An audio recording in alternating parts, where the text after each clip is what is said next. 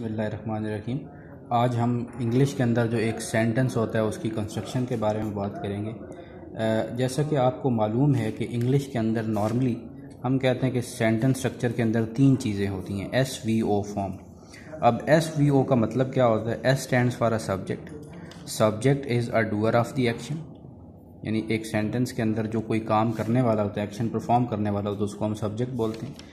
दूसरी चीज़ होती है verb mean any action that the subject performs, और तीसरी चीज़ है वो ऑब्जेक्ट जिसके ऊपर एक्शन परफॉर्म किया जाता है या जिसको हम रिसीवर ऑफ द एक्शन भी बोलते हैं।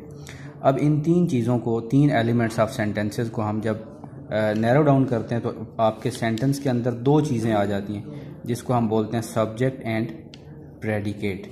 तो English sentence comprises of two things, number one is a subject and number two is a predicate. अच्छा, ये क्वेश्चन अराइज होता है कि व्हाट इज़ अ प्रेडिकेट। तो प्रेडिकेट इज़ एक्चुअली, आप ये देखें कि सेंटेंस के अंदर सब्जेक्ट के अलावा जितनी भी इंफॉर्मेशन आप कन्वे करेंगे अदर दैन सब्जेक्ट, तो that whole part is considered to be a predicate. तो a sentence is a combination of a subject and predicate. और दूसरी रिक्वायरमेंट क्या होती है कि इट शुड बी कंप्लीट, यानी एक सेंटेंस के अंदर कंप्लीटनेस का एलिमेंट होना चाहिए। तो अगर एक कम्बिनेशन ऑफ सब्जेक्ट भी है और प्रेडिकेट भी है और उसके साथ उसके अंदर कंप्लीटनेस का एलिमेंट मौजूद है, तो this can be called a sentence.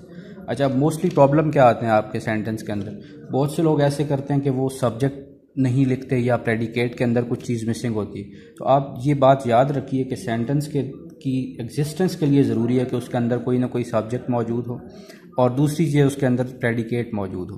अब प्रेडिकेट को अगर आप एक्सप्लेन करेंगे तो there should be one requirement of a sentence of a predicate and that is a verb. अगर एक प्रेडिकेट के पार्ट के अंदर वर्ब मौजूद नहीं है तो उसको हम प्रेडिकेट नहीं कह सकते। तो just as a subject is the essential part of a sentence, just like that a predicate necessitates a verb, उसके अंदर वर्ब मौजूद होना चाहिए।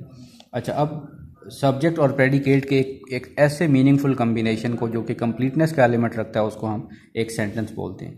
फॉर एग्जांपल, अगर आप देखेंगे ये एक मैंने सेंटेंस लिखा, इसके अंदर हालांकि जस्ट टू वर्ड्स मौजूद हैं, लेकिन इसकी अगर आप कंस्ट्रक्शन को देखें तो इसके अंदर सब्जेक्ट भी मौजूद है और वर्ब भी मौजूद है जिसको हम प्रेडिकेट बोलेंगे, और तीसरी चीज़ कि इसके अंदर कंप्लीटनेस का एलिमेंट मौजूद है, इट कन्वेज कंप्लीट सेंस, तो इसको हम एक सेंटेंस बोलेंगे।